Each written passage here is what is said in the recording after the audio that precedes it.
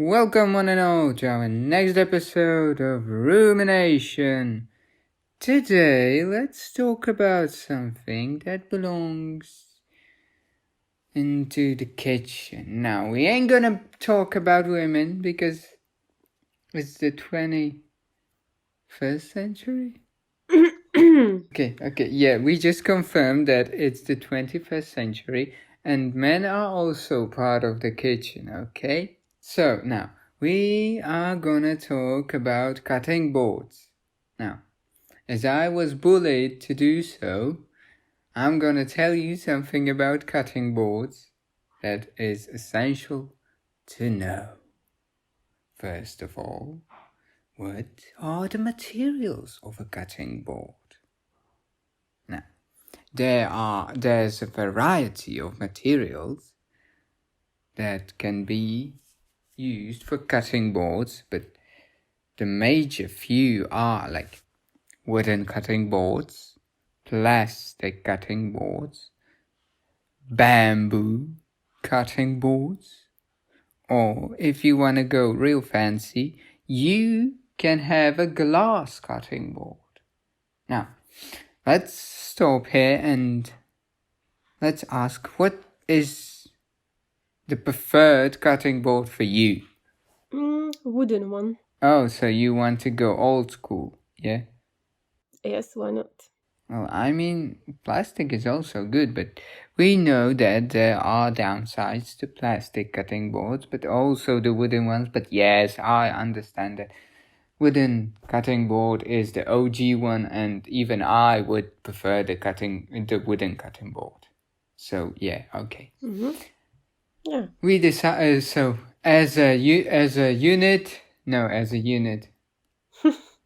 Okay, as a society, we mostly accept the wooden cutting board as the best option. Now, there's also the size and thickness when it comes to cutting boards. So yeah, I did really not know this, but shockingly, size matters when it comes to cutting board, and thickness also. I'm not gonna talk more about this because there are a few reasons. Now, well, tell us why. We're interested. Because large boards provide more space to walk. And now tell me I'm not being bullied to talk about this. I'm just curious about what you're talking about. Just want to know. Okay, whatever. Next point. Now, if you are using a cutting board, you need to know how to maintain it properly. So, even I don't know what this is gonna be, so this is gonna be fun. You need to clean it regularly with probably mostly like soap and water, and that means sanitizing it, and even with bleach and vinegar. Okay, I'm intrigued by this. So, yes, we need to clean it with bleach or vinegar.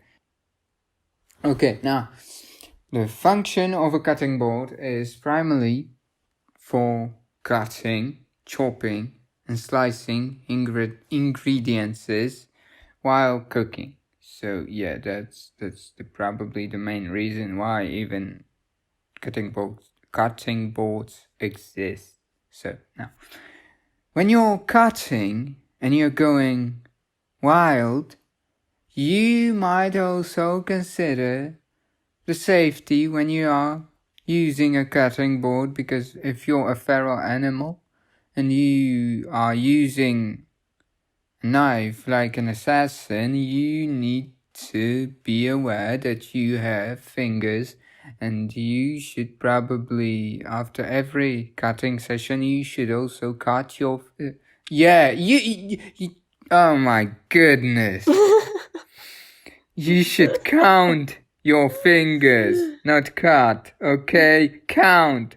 If you count 5 fingers on your hand, you're good to go. To the hospital. Okay.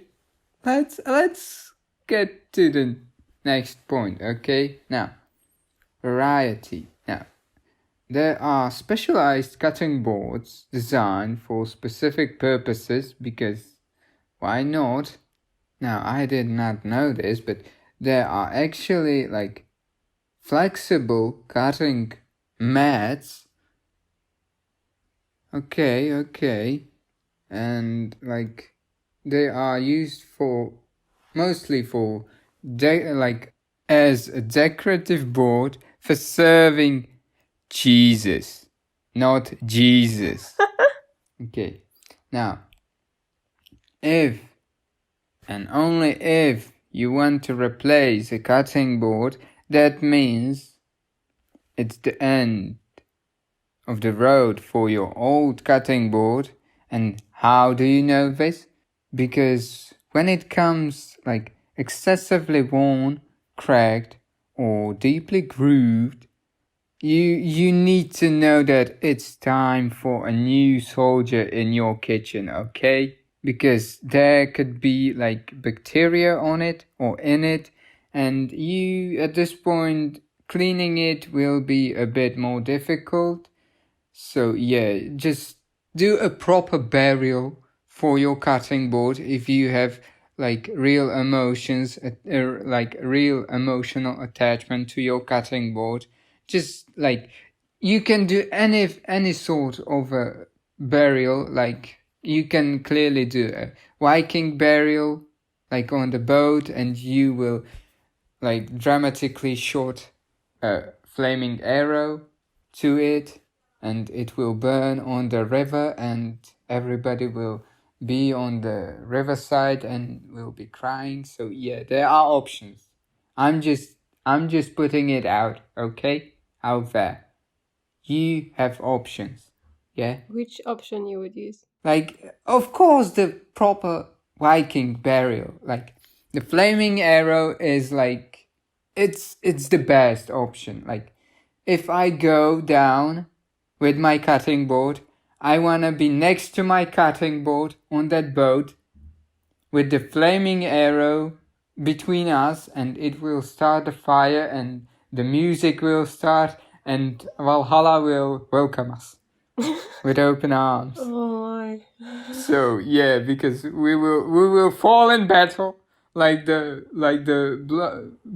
brothers we are, because it's my cutting board is a he for some reason. So yeah. That's It's a big ceremony. Thank you for that's for now. That's everything from me. that. Okay, so why do we think that cutting board is essential in the kitchen? There can be few reasons. So the first one is safety, as you mentioned. Then there is knife protection, which means that the cutting board can protect your knife from damage and premature dulling. In a way where when you chop on hard surfaces like countertops, it means that they can quickly wear down your knife edges. Then there is kitchen hygiene. It's easier to clean and sanitize the countertops, and it reduces the risk of harmful bacteria buildup. Then there is food preparation, where they offer a stable surface for chopping, slicing, and dicing ingredients. So making food preparation is more efficient and precise. Also, it protects the countertop from scratches, marks, and it helps extend the lifespan and maintaining this surface. Also, appearance as well. Then there is versatility, because they're convenient surface for rolling out dough, kneading bread, or pounding meat, as well as cutting and slicing and so on. And now, who you think needs to have a cutting board? Now that's a simple question because everyone most likely needs a cutting board. But yeah, it's mostly aimed for home cooks, professional chefs, caterers, bakers, food enthusiasts, and or health conscious individuals. Okay, so these are the few options that are there, and you need to know who you are now. Like, for instance, I know I'm not a professional chef. Now, I'm not even a home cook. That's not even for me. I'm something more of a, like, cook. I can't say I'm a home cook because my food is not edible. I'm just cook.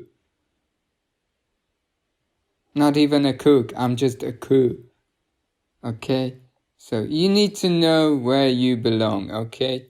Or customer. You are just a customer. Yeah, I'm just like something in those lines, in between those lines, okay? Let's stick to that. Now, can you tell us why not to have a cutting board, for example? Because maybe I'm just guessing. You might be an independent woman or a man. I don't judge. Okay.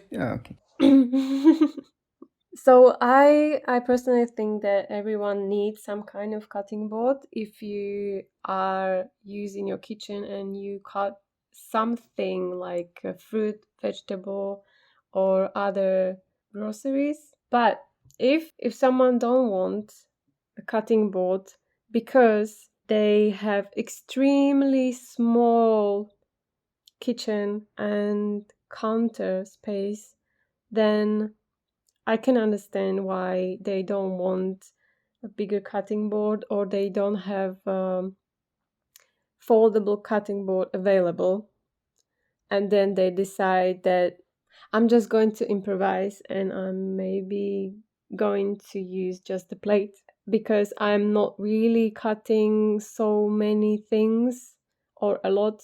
Then okay. And there is another reason. Maybe you are not a cook at all and you prefer to eat pre-packed food or ready-made foods, or you just go out and eat with your friends. So then cutting board is useless for you. So you would not even use it if you have it, So I understand if this is the reason you don't want one. Is there any other reason you think someone maybe don't want or don't need cutting board? If they are a big naturalist, they can cut it on the ground. But I will probably, like, not eat the food, okay? I'm not gonna be disrespectful. I'm just gonna say that I already ate. Okay, thank you for the food, but yeah, I'm not really hungry for your food. Like, there are a few more, maybe better examples how to decline such a food, but yeah, I'm gonna go for the straight one. Like, I don't like you or something like that. I don't trust So you. why you are there in the first place? Yeah, that's a good question. Maybe I got drunk and like, why would I go? Never mind, I would not be there, okay, in the first place. I don't know why I started like this, but I just wanted to give something like, yeah, like, okay, that's my wife. I don't trust you. If you cut your things not on a cutting board, I don't trust you. And if you don't know how the food was cut, then what would you do then? Oh, I'm gonna interrogate you and I'm gonna ask you. So if it's not cutting board and it was a plate, let's say, or someone was cutting maybe apple just in their hands. Well, if it comes to cutting an apple in your hand, like, I tried that, but every time I try to cut an apple in my hand, I know a piece of it will fall on the ground and I need to wash it again because Reasons. yeah, I get hand issues. Okay, let's stick to that Hand probably issues. because I don't know how, but yes, because look, I don't have small hands. They are. You have average hands, yeah? Wow. I feel so used right now with this statement. It's not average. They are not average. They are like, wow. That's what you said in one of our recordings, you know. I feel like, wow, I don't have even words for this. Like, they are not average as I'm looking at it. Like, oh my god. Okay, so they're special. Mm-hmm. As I'm looking at it. Okay. Mm-hmm. Never mind. Okay, what about we stop it here so we can agree that the benefits of having a cutting board in your kitchen far outweighs any potential drawbacks, and it's fundamental tool for a safe and efficient food preparation and contributes to overall kitchen hygiene and convenience. So if you have it, just use it for your safety and hygiene and everything. Thank you for listening to this interesting topic and being with us. If you liked, we hope you liked this episode. Like, subscribe so you know about another one coming soon, and comment if you have some special or even ordinary, so we know if you maybe even have a glass one and what's your experience with it. So thank you again, and until next time, bye.